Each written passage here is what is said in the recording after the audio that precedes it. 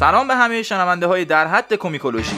من دانیال حیدرنسب هستم و شما به اپیزود 9 پادکست کمیکولوژی گوش میکنید.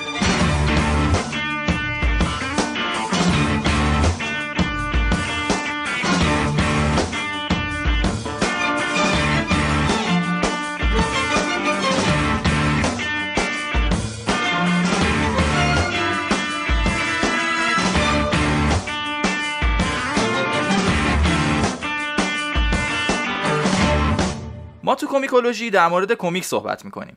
در مورد داستانا و شخصیتایی که خودمون خیلی دوستشون داریم و شما هم قطعاً یا دوستشون دارید یا بعد از گوش دادن به این پادکست بهشون علاقه‌مند میشید. توی این اپیزود میخوایم بریم سراغ یکی از خوبای دنیای دیسی. یه دختر انعطاف پذیر که تمام کوچه پس کوچه های گاتهامو مثل کف دستش میشناسه و از این پشت بوم به اون پشت بوم ملق میزنه. راستش انعطاف این دختر انقدر زیاد بود که ما مجبور شدیم تیک اکسپلیسیت این اپیزودو بزنیم و شما هم حواستون باشه که اگه سنتون پایینه قبل از شنیدن این اپیزود یه چند سالی صبر کنید. این شخصیت تو لیست ویلنای سایت IGN 11 ولی جالبیش اینجاست که تو لیست سوپر هیروهای محبوب IGN هم 20. تو اپیزودهای قبلی هم در مورد شخصیتایی صحبت کرده بودیم که دقیق معلوم نیست شخصیت منفی ان یا مثبت، ولی این یکی دیگه با دلیل و مدرک تو هر دو دسته قرار میگیره. این شما و این دختر چرمپوش گاتهام، سلینا کایل یا کت‌وومن.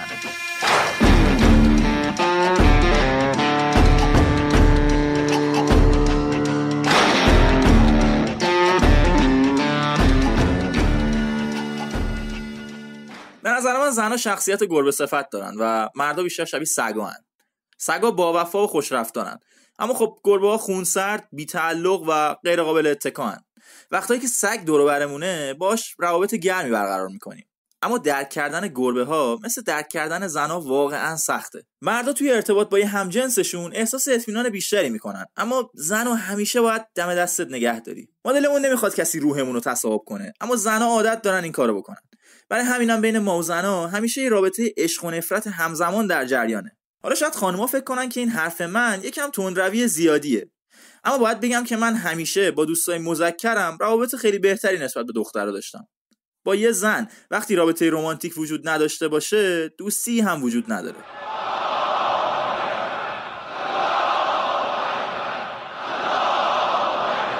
چیزی که شنیدید فرازی از خطبه‌های امام جمعه موقت تهران نبود. در واقع حرفای آقای باب کین، یکی از خالقای کت‌وومن بود.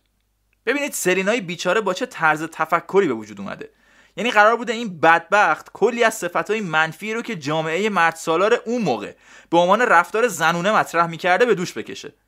البته خبر خوب اینه که این کاراکترم مثل باقی کاراکترهای دیسی مجبور نیست که فقط توی یه تیپ شخصیتی گیر کنه و در طول زمان دست نویسنده ها و آرتیست های مختلفی میفته و تو دنیاهای مختلف شخصیت های متفاوتی به خودش میگیره که در مورد خیلی هاشون هم توی این اپیزود صحبت میکنیم. صبر داشته باشید. اما حالا برگردیم به شروع قضیه.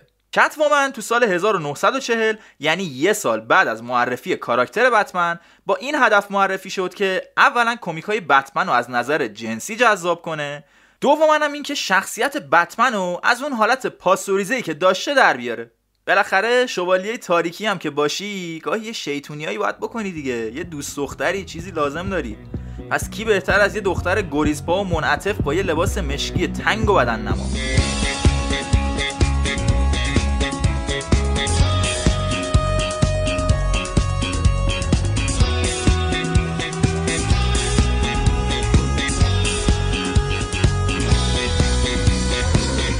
تبدیل شدن سلینا کایل به کت‌وومن مثل خیلی از شخصیت‌های دیگه تو دنیاهای موازی مختلف کلی تنوع داره و تو هر سری از کمیک‌ها یه داستان واسه اوریجینش نقل شده که بعضی از داستانا به هم شبیهن و بعضی‌های دیگه هم طبعاً متفاوتن. اما 2 داستان هستن که از بقیه معروف‌ترن. توی یکی از این داستانا سلینا یه زن خونه‌دار و سربزیره که با شوهر عزیزش با هم تو گاتهام زندگی میکنن. البته شوهرش اون قدم که فکر میکنید عزیز نیست و با سلینا حسابی بدرفتاری میکنه متاسفانه و حتی کتکش هم میزنه.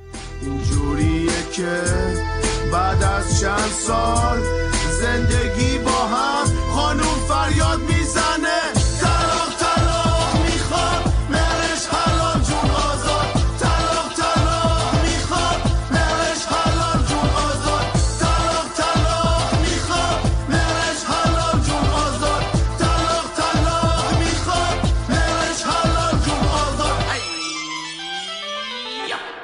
سلینا نه تنها مهرش رو حلال میکنه، بلکه کلی از طلا و جواهراش هم میمونه دست شوهر سابقش.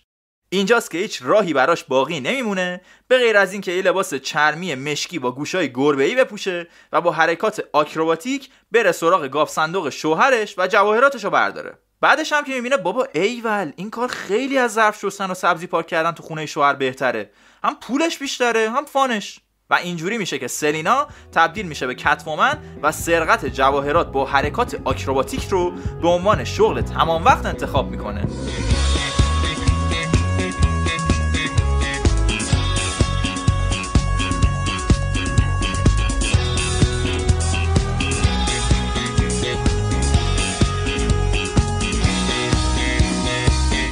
خب حالا داستان قبلی رو که شنیدین بذارین یه گوشه ذهنتون که میخوایم بریم سراغ یه اوریجین خیلی معروفتر و البته مقبولتر از کتومن. توی خیلی از اوریجینا سلینا قبل از اینکه کتومن بشه سکس ورکر یا به فارسی سلیس کارگر جنسی بوده.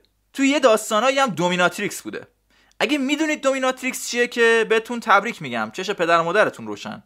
ما که نمیدونستیم و رفتیم گوگل کردیم و دیدیم که دومیناتریکس هم یه ورژنی از همون کارگر جنسیه که یکی از مهمترین خدماتی که ارائه میده شلاق زدن و اذیت کردن مشتریه. ولی حالا بیایید از این جلوتر نریم لطفاً و BDSM رو بذاریم واسه اهلش و بریم سراغ داستان خودمون. سلینا و خواهرش مگی تو سن خیلی پایین پدر و مادرشون رو متاسفانه از دست میدن و یه راست میرن یتیم خونه. مگی چون سنش پایین تر بوده خیلی زود یه خانواده براش پیدا میشه و به فرزندی قبولش میکنن و میره سر خونه زندگیش. بعدش هم تصمیم میگیره خواهر روحانی بشه و به کلیسا خدمت کنه. اما سلینا متاسفانه گیر رفیق بد و زغال خوب میفته و سر از دار و تعذیب و اون جور جاها در میاره. وقتی هم به سن بلوغ میرسه جذب بیزنس جنسی و این چیزا میشه. البته بیایید امیدوار باشیم که این اتفاق قبل از سن بلوغ نیفتاده باشه حداقل.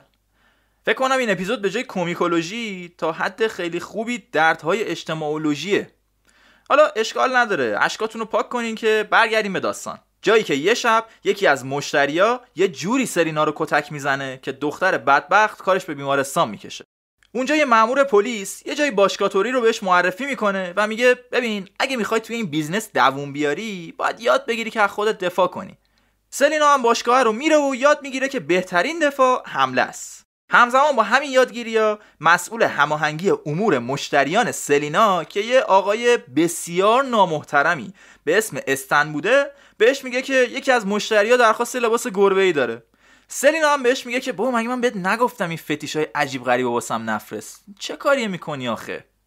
خلاصه استن هم هی اصرار میکنه تا سلینا آخرش قبول میکنه که لباس چرمی و سکسی گربه‌ای رو ازش بگیره. اما به جای رفتن پیش مشتری شب با همون لباس میره سراغ خود استن و تلافی تمام کتکایی که تو زندگیش خورده رو سر اون در میاره و آخرش هم پرتش میکنه توی یه کوچه خلوت پشت یه کلیسا. از قضا این کلیسا همون کلیساییه که مگی کایل خواهر سلینا توش مشغول به کاره. مگی که این قضیه رو میبینه خب اولین کاری که طبیعتاً انجام میده اینه که زنگ میزنه اورژانس که بیان اون استن بدبخت رو با کاردک از کف خیابون جمع کنن. بعدم راه میفته تو محله های بدنام گاتهام دنبال سلینا که به راه راست هدایتش کنه. در حال هر کسی یه عقیده‌ای داره دوستان، ولی همونطور که مشاهده میکنین همه جای دنیا این مبحث امر به معروف و نهی از منکر و اینا رو خیلی جدی پیگیری میکنن. چی کار دارین آخه با هم دیگه؟ خب مگی که نمیتونه سلینا رو پیدا کنه، اما رفیقای سلینا بهش خبر میرسونن که ببین یه خواهر ارزشی اومده بود دنبالت میگشت، حواست باشه. سلینا هم که میدونه خواهر ارزشی در واقع خواهر خودشه پا میشه میره دم کلیسا و به مگی میگه که ببین مذهب شوخی سنگینی بود که محیط با من کرد. خودت هم میدونی که خیلی وقت دیگه کاری با این معنویات و این داستانا ندارم. تو سرت به کار خودت باشه، منم سرم تو کلاه گربه‌ای خودمه. منو تو قبر تو نمیخوابونن، تو هم تو قبر من نمیخوابونن. مگی هم در جوابش یه ذره موعظه میکنه که خب قابل حدسه و نهایتا جفتشون بیخیال میشن و میرن خونه. اما استن که یواشکی داشته کل این ماجرا رو تماشا میکرده وقتی میفهمه مگی خواهر کتومن عزیزه نقشه های خیلی خیلی شومی تو ذهنش شکل میگیره. استن مگی رو میدوزه و اسیرش میکنه. کتومن هم وقتی از ماجرا خبردار میشه شروع میکنه به تحقیقات برای پیدا کردن جای استن. البته این تحقیقات که میگم منظورم اینه که یواشکی میره تو خونه همدستای استن و تو اتاق خواب و حموم و اینجور جاها غافلگیرشون میکنه و با روشایی که از زمان دومیناتریکس بودنش بلده ازشون اعتراف میگیره که باید بگم که احتمالاً خیلی روشای سفت و سخت و هارشی هم بودن. آخرش هم کت‌وومن توی انبار قدیمی استن رو پیدا میکنه که با مگی بالای یه سکوی بلند وایساده و میخواد از بالا پرتش کنه پایین. استن تا سلینا رو میبینه سری چاقو میکشه، ولی بابا چاقو و اینا اصلا برای کت‌وومن بچه بازی از عددی نیست. با یه حرکت شلاقش راحت چاقو رو از دست استن در میاره و باهاش گلاویز میشه. تو این درگیری‌ها متاسفانه هم استن و هم مگی تعادلشون رو از دست میدن و استن که با سر میفته پایین و همونجا درجا میمیره. اما مگی هنوز به لبه سکو آویزون بوده. سرینا دستشو دراز میکنه که دست مگی رو بگیره، ولی لحظه آخر دستشون به هم نمیرسه و مگی سقوط میکنه. اما یهو دست قوی با یه دستکش مشکی مگی رو بین زمین و هوا میگیره.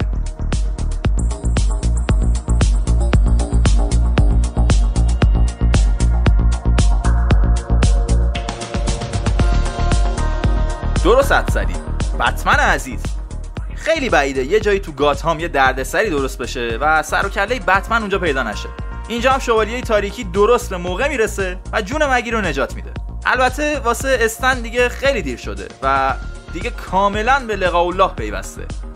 احتمالاً هم میدونید که بتمن با کشتن چقدر مشکل داره. برای همینم بعد از نجات دادن مگی یه راست میاد پیش کت‌وومن و تو اولین برخورد، دقت کنید اولین فاکین برخوردشون با هم دیگه است، اینجا شروع میکنه نصیحت کردنش و میگه ببین تو خدا نیستی که بخوای تصمیم بگیری کی بمیره کی زنده بمونه، آدم نکش.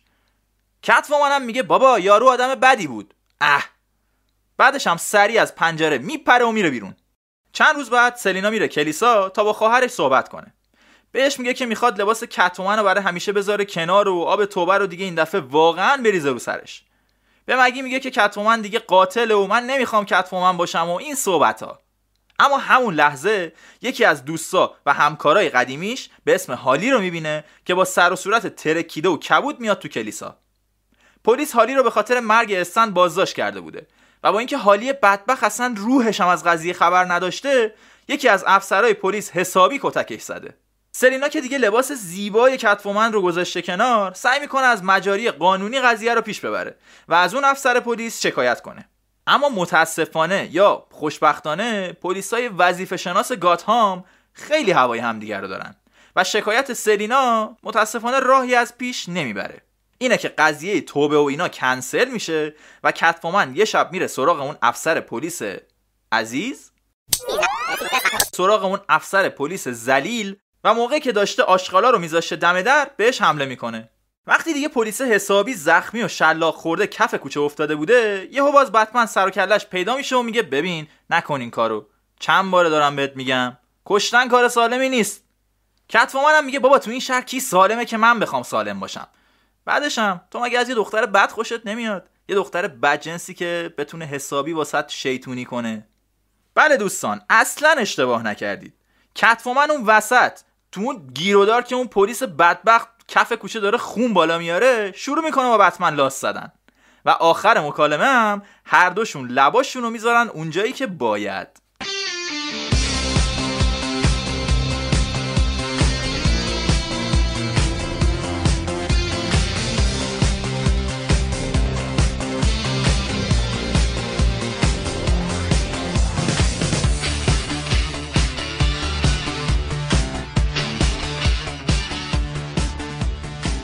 قضیه رومنس بتمن و کت‌وومن خیلی از لحاظ داستانی و شخصیت پردازی چیز خوبی از آب در اومده.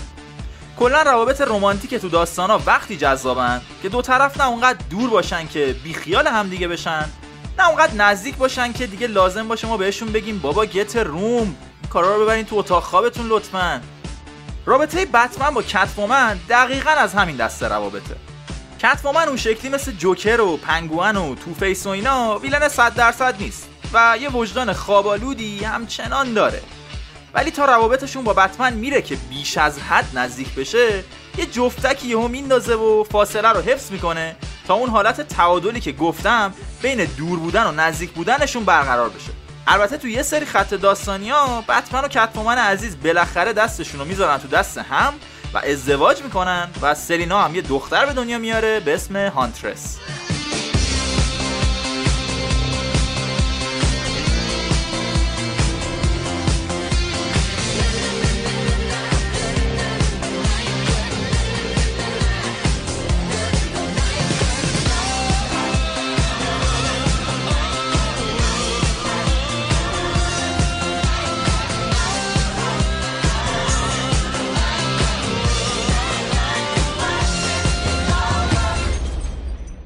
جدای از این هپی اندینگ صدا و سیمایی که براتون تعریف کردم، توی بیشتر داستانا همین حالت جاذبه و دافعه‌ای که گفتم بین این گربه و خفاش همیشه وجود داره. مثلا توی یکی از داستانای بین بتمن و اسکرکرو این دور و نزدیک بودن کت‌وومن به شکل خیلی خوبی مشخصه. این توضیح کوتاه هم بدم که اسکرکرو یکی از شخصیت‌های شرور گاتهامه که قبل از اینکه اسکرکرو باشه یه دانشمند بوده که رو ترس و فوبیا و اینجور چیزا تحقیق می‌کرده.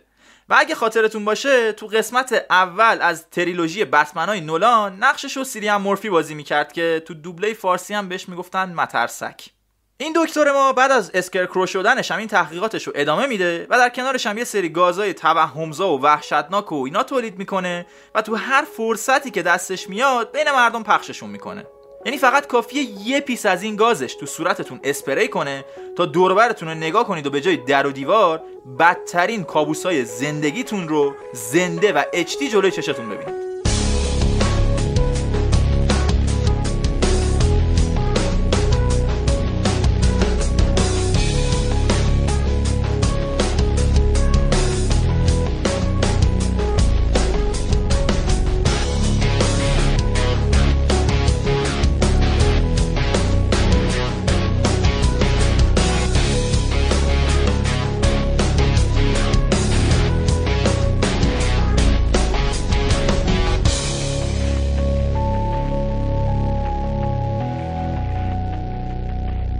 اسکرکرو یواشکی وارد یکی از مهمونی‌های مهم و شلوغ گاتهام میشه و حسابی با بمبای ترساورش اونجا رو به هم میریزه.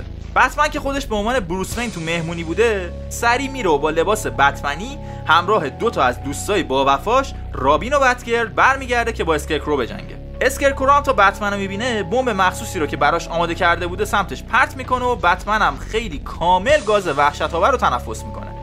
این بمب ویژه کارکردش اینجوری بوده که میرفته عمیق‌ترین ترسی رو که حتی خود قربانی هم ازش خبر نداشته رو از ته وجودش میکشیده بیرون. بتمن وقتی گاز میده تو دماغش با خودش میگه اوه دهنمون به بیچاره شدیم رفت.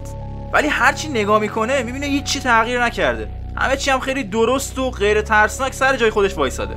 همینجوری که گیجویچ اطرافش رو نگاه میکرده یهو تاثیرات گاز وحشت شروع میشه. البته خبری از گودزیلا و دراکولا و مار و عقرب غول‌پیکر و بستنی چوبی نیستش. بتمن رابین رو میبینه که داره ذره ذره محو میشه. برمیگرده سمت بتگرل که ازش بپرسه این چرا اینجوری شد. یهو میبینه بتگرل هم داره محو میشه. بتمن که داشته یه حدسایی در مورد عمیق‌ترین ترسش میزده، مهمونی و اسکرکرو همه چی رو ول میکنه و میره سمت ایستگاه پلیس مرکزی گاتهام. ببینید یارو بتمنه ها، یعنی فریک زده ولی خب داره خودش رو کنترل میکنه. شما اگه بودین جاش قطعاً خیلی بدتر فریک میزدین. تو ایستگاه پلیس وارد دفتر رفیقش جیم گوردون میشه ولی میبینه اثری از گوردون هم نیست. پشماش هی بیشتر میریزه و میره سمت خونه. اونجا میبینه که حتی خبری از آلفرد هم نیست. بابا آلفرد دیگه چرا آخه؟ آلفرد که همیشه بوده، اصلا سابقه نداشته همینجوری بیخبر غیبش بزنه. اگه میخواید به عمق عمیق رابطه بتمن و آلفرد پی ببرید میتونید اپیزود 5 پادکستمون رو گوش کنید. اگه اون اپیزودو بشنوید متوجه میشید که وقتی آلفرد خونه نیست یعنی یه جای کار شدیداً میرنگه. حتما تا الان خودتون هم حدس زدین که گاز اسکرکرو کدوم ترس بتمن رو هدف گرفته. ترس از تنهایی، ترس از اینکه تمام کسایی که دوستشون داری و برات مهمن یهو دیگه وجود نداشته باشن. تنهایی حتی برای بتمن درونگرا هم بزرگترین ترسه، یه جورایی مثل بی‌توجهی که کشنده ترین سلاح بشریته. ببینید وقتی ما با IQ 84 مون فهمیدیم این ناپدید شدن‌ها کار گاز وحشت اسکرکروه، خب بتمن عزیزم میفهمه دیگه. برای همین هم کلی فکر میکنه تا یکی رو پیدا کنه که بتونه باهاش همکاری کنه تا اسکرکرو رو گیر بندازن. اما از طرفی اونقدر بهش نزدیک نباشه که تا میبینتش ناپدید بشه. کیه که همزمان هم دوست هم دشمن؟ احسنت، کت‌وومن عزیز. بتمن میره سراغ سرینا که اتفاقا یه چند وقتی هم هست خودشو از کت‌وومن بودن بازنشسته کرده و باهاش صحبت میکنه و راضیش میکنه یه بار دیگه لباس مشکی و سکسیشو بپوشه و با هم برن سراغ اسکرکرو. بتمن و کت‌وومن و اسکرکرو توی موزه قدیمی با هم روبرو میشن و اسکرکرو نهایت تلاششو میکنه تا اونا رو به جون هم بندازه. در نهایت هم کتمن و بتمن با هم در نهایت هم کت‌وومن و بتمن اسکرکرو رو شکست میدن و توی یکی از برجای خلوت موزه خودشون به یه شکل کاملا متفاوتی و جوری که خودشون صلاح میدونن به جون هم میافتن.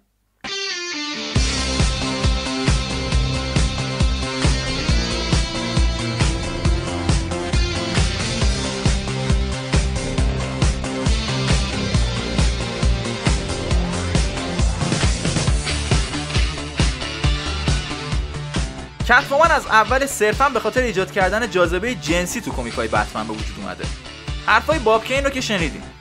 حداقل میشه گفت نسبت به استانداردهای امروز که 80 سال از خلق کت‌وومن میگذره، حرفاش پر کلیشه‌های سکسیستیه.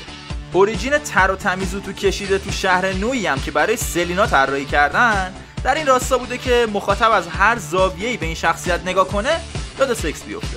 لباسشو که اصلا حرفی در موردش نمیزنم چون واقعا حرفی توش نیست، ولی حتی سلاحایی هم که کت‌وومن تو دعواها ازشون استفاده میکنه وسایل BDSM. سلاح اصلیش که شلاقه، اون به کنار، ولی از چیزهای دیگه‌ای هم استفاده میکنه، مثلا از دستبند یا بالگگ. بالگگ از این دهن‌بنداست که یه چیز توپی داره.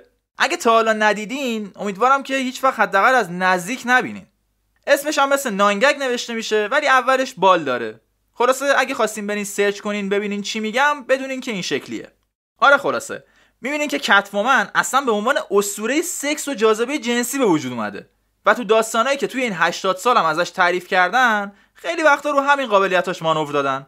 مثلا تو سری کمیک کت‌وومن ون این روم میبینیم که سلینا همراه ادوارد نیگما یا همون ریدلر برای یه کاری میرن ایتالیا. حالا ریدلر کیه؟ ریدلر یکی از آدمبدای گاتهامه که تخصصش هم معما طرح کردن و اینجور چیزاست. داستان کامل این سری کمیک یکم طولانیه ولی خیلی خیلی باحاله.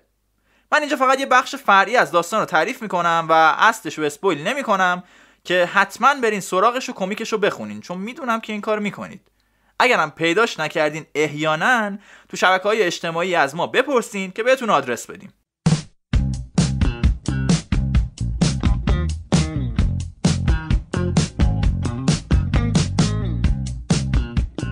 داستان اینه که سلینا واسه یه کاری داره میره روم و ریدلر رو هم داره با خودش میبره که بهش تو یه سری کارهای دیگه کمک کنه. تو هواپیما سلینا خوابش میبره و وقتی بیدار میشه میبینه ریدلر تقریبا تو بغلش خوابیده. سلینا همونجا تو هواپیما بهش میگه که ببین خودت هم میدونی من کم آدم خطرناکی نیستم، بیا این منحرف جنسی درون تو این سفر کنترل کن، به خاطر خودت میگم، اگه دوست نداری اون چشاتو با ناخونام از کاسه در بیارم بچه خوبی باش. ریدلر هم میگه بابا من اصلا کاری بهت ندارم، بابا هر کی شلوغش میکنی. این موقعیت میگذره و در طول سفر چند بار دیگه پیش میاد که سلینا همینطوری که خواب بوده و داشته رویای بتمن عزیزش رو میدیده یهو از خواب بیدار میشه و میبینه که ریدلر بالا سرش وایساده. اولش فکر میکنه که ریدلر خب تو کف زیباییاشه و میخواسته فقط وسط زیارت یه چشچرونی ریزی هم بکنه و بره، اما بعدتر میفهمه که نه، قضیه خیلی عمیق‌تر از این حرفاست. ریدلر یه گاز مخصوص سفارشی از اسکرکرو گرفته بوده و با اون کاری میکرده که سلینا خواب بتمن رو ببینه. خودش هم اون اطراف وای میستاده که اگه یه وقت 1% سلینا تو خواب هویت واقعی بتمن رو لو داد بشنوه و اینجوری بزرگترین معمای زندگیش حل بشه.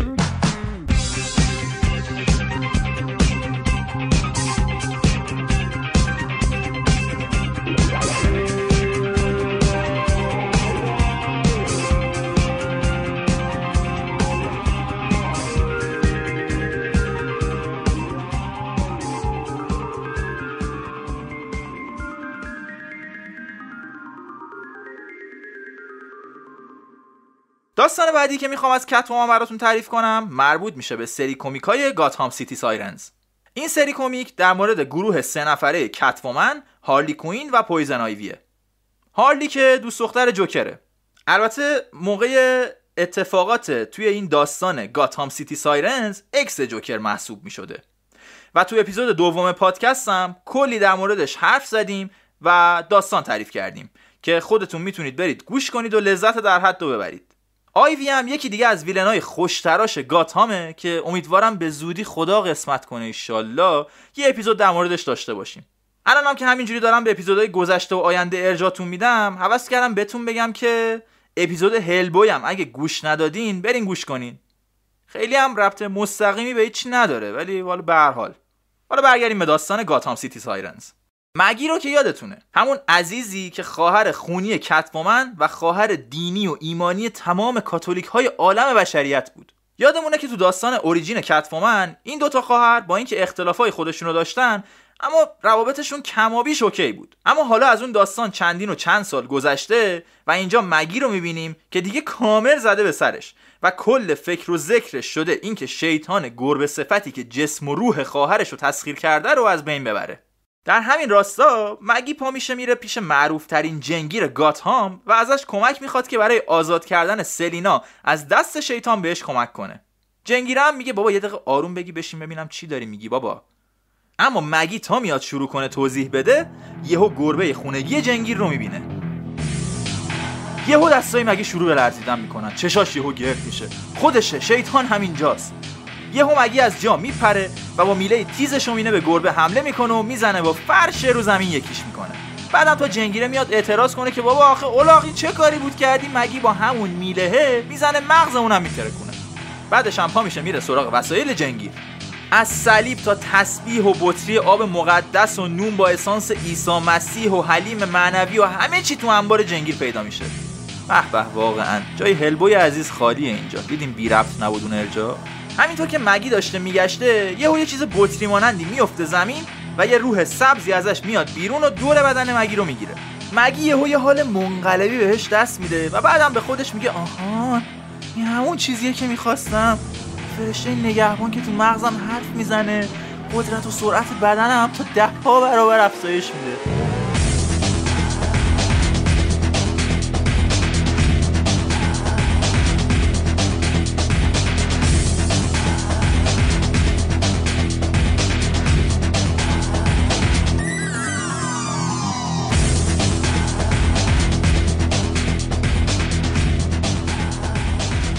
مگی به سلینا تکست میده و توی قبرستون باهاش قرار میذاره. سلینا هم با هارلی بلند میشن میرن قبرستون سر قرار. اونجا با یه ورژنی از مگی برخورد میکنن که فقط دنبال بزن و بکشه و به نظرش دیگه اصلا سلینا قابل نجات دادن نیست و تنها راه نجاتش اینه که شیطان گربه صفت و سلینا و همه رو با هم بکشه.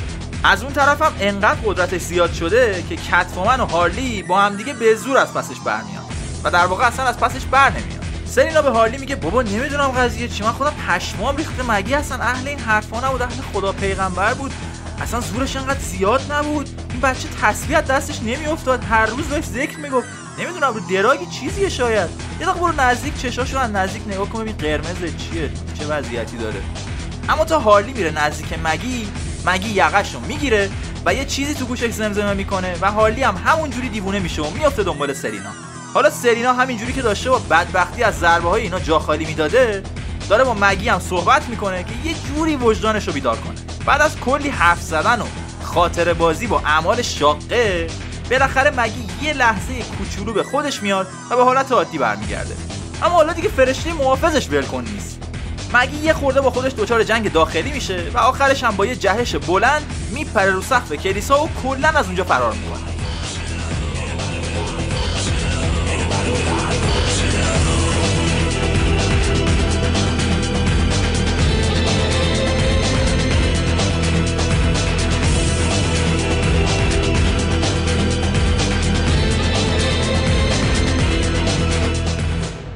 کتومن یکی از قدیمی ترین شخصیت های دیسیه و تقریبا هر جور ماجرایی که فکرشو بکنید داشته. حتی یه بار پیش میاد که شهر متروپولیس رو از نابودی نجات میده. اصلا فکرشو میتونید بکنید؟ کتومن، متروپولیس، یا حضرت سوپرمن، خودت نجاتمون بده. البته خودت اگه میتونستی که متروپولیس رو نجات میدی، دست به دامن کتومن نمیشدن. یا مثلا یکی از مسخره ترین و باحال ترین کراسوورهای تاریخ، کراسوور کتومن با توییتی و سیلوستره. سیلوستر رو که یادتونه کارتونشو، همون گربه سفید مشکیه که سینش بد جوری میزد. توییتی هم که اون قناریه بود که سیلوستر همه زندگیش تلاش میکرد، اصلا همه هدفش از زندگی کردن این بود که اونو بگیره بخوره. من نمیدونم این همه چیز تو دنیا بود، چرا فقط همون یه قناری آخه؟ آره، تو این داستان کتومن با سیلوستر صحبت میکنه و راضیش میکنه که جای شکار کردن توییتی بیا به من کمک کنین گاف صندوق این ننه بزرگه رو خالی کنیم. بابا با پولش میتونی کلی قناری بخری، بی خودی هم منت این توییتی رو نکش. بعدم هی روش‌های مختلف رو با هم امتحان میکنن و متاسفانه موفق نمیشن. خیلی داستان باحال و خنده‌داریه. حالا اگه میتونید و وقتشو دارید برید کمیکاشو بخونید. اگرم نمیتونید برید توییتر یا اینستاگرام کمیکولوژی رو فالو کنید، چون بعداً قراره یه قسمتایی از این داستانو اونجا به شکل کمیکچه براتون بذاریم.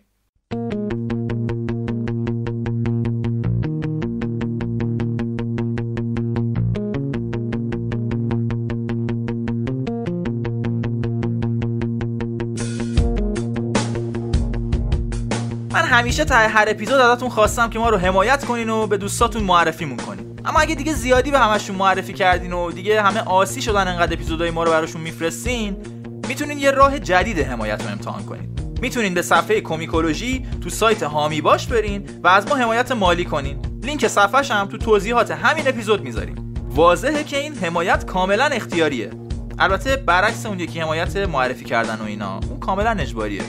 آره دیگه، خلاصه که برای در جریان امور قرار گرفتن شبکه‌های اجتماعی ما رو فالو کنید. تمام اپیزودهای پادکست هم میتونید روی تمام اپ‌های پادگیر گوش بدید.